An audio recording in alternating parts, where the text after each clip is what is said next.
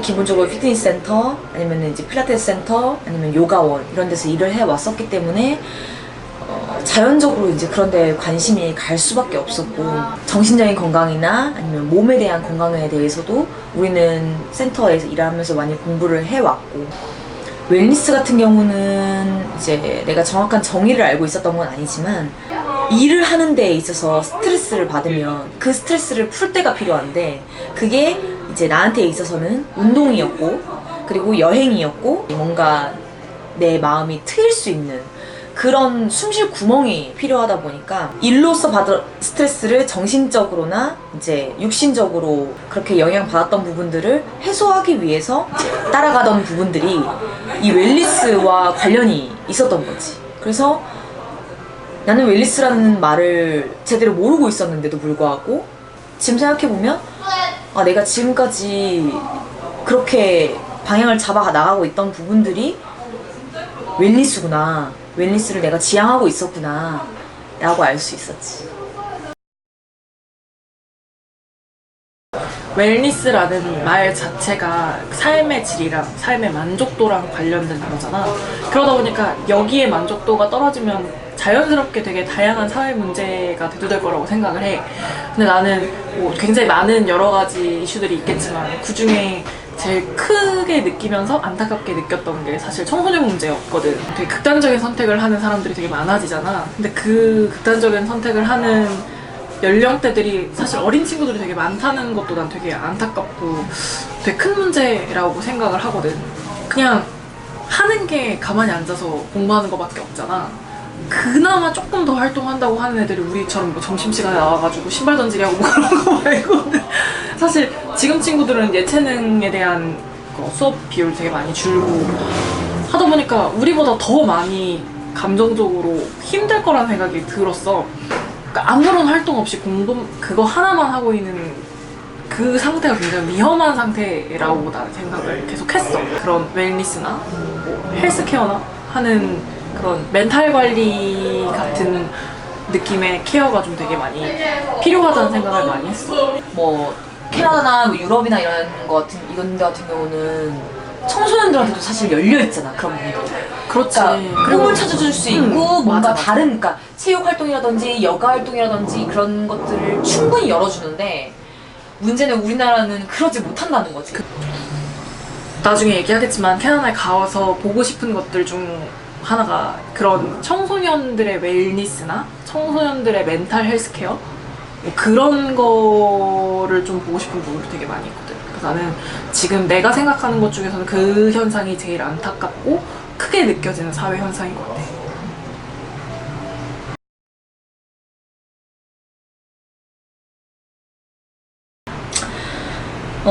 바뀌고 있다고 생각해.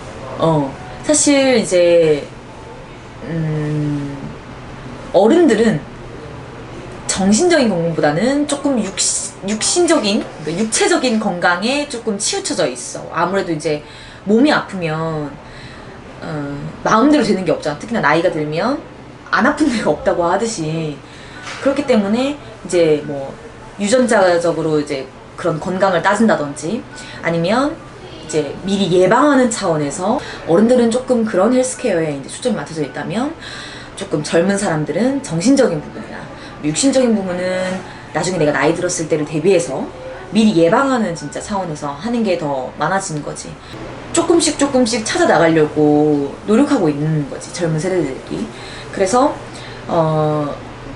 여러 가지 단어들이 이제 요즘 많이 나오고 있는데, 뭐 워라벨이라든지 아니면은 뭐 욜로족 아니면은 뭐 웰빙족, 로하스족, 뭐 이런 여러 가지 이제 종족들이 새로 나오고 있고. 그러니까 왜냐면 내가 추구하는 것들이 생기면서 이제 새롭게 용어들이 생기는 거지. 요즘에는 명절에 다 여행 가잖아. 그것도 해외로. 그거는 정말 많은 변화거든. 사실 명절에는 다 제사 지내야 되고 막 우리나라 그런 문화 자체가.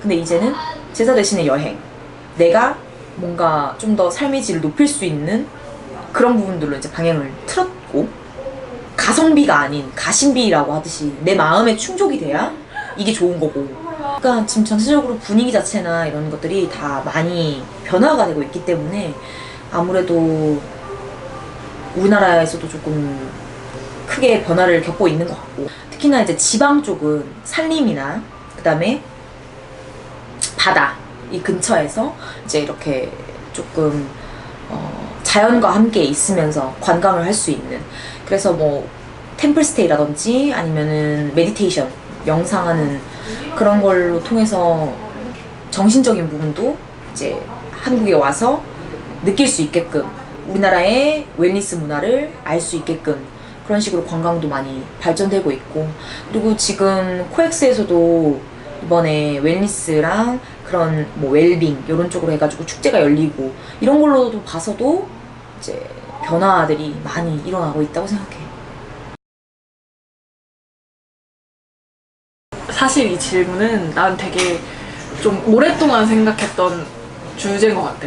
그냥 되게 막연하게 나는 행복하게 살고 싶다라는 생각을 진짜 많이 했었거든, 어렸을 때부터. 근데 지금 이 순간에 나한테 행복한 삶은 사실 그냥 즐거움? 그냥 즐겁게 사는 거? 근데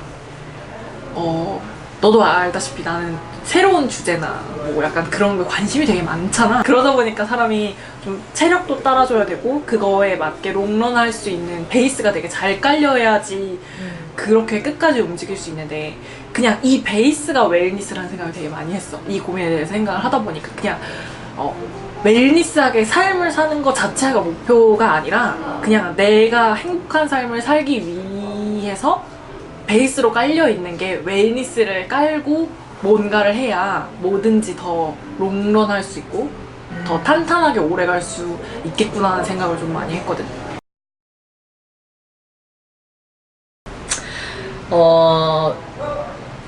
첫 번째로는 자연 경관이, 내가 작년에 유럽을 갔다 왔잖아. 근데 갔을 때 가장 좋았던 거는 자연 속에 있을 때였어. 아무래도 기본적으로 공기가 맑고, 그리고 사람들이 전체적으로 다 여유가 있어. 헬스케어를 굳이 나라에서 엄청나게 지원해주지 않아도 자기들이 그런 걸 신경을 쓰고, 의료진의 도움이 필요하겠지만 자기 자신도 스스로도 관리를 할 수 있어야 되잖아. 근데 그런 부분에 있어서 유럽이나 이런 뭐 미국이나 캐나다나 이런 선진 국가들이라고 하는 선진국들은 그런 문화가 너무나도 잘 되어 있어. 비건 문화도 마찬가지로, 우리나라도 사실 지금 많이 이제 생겨나고 있는 추세지만 비건 식당이라든지 뭐 요리를 이제 비건식으로 해주세요라고 하면은 뭐 해주는 식당들도 많이 생겼으니까.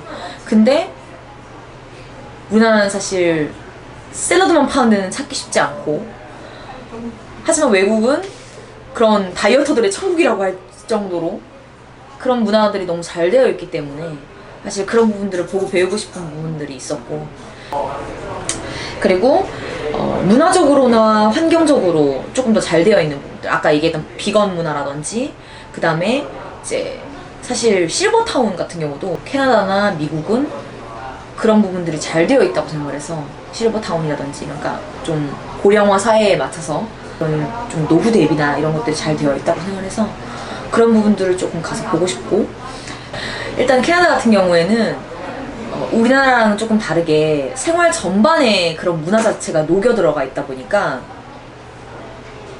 그런 부분들을 조금 배우고, 그리고 그 부분들을 어떻게 하면 우리나라에 조금 더 적용시킬 수 있을까라는 부분에 있어서 캐나다를 좀 더 가고 싶은 것 같아.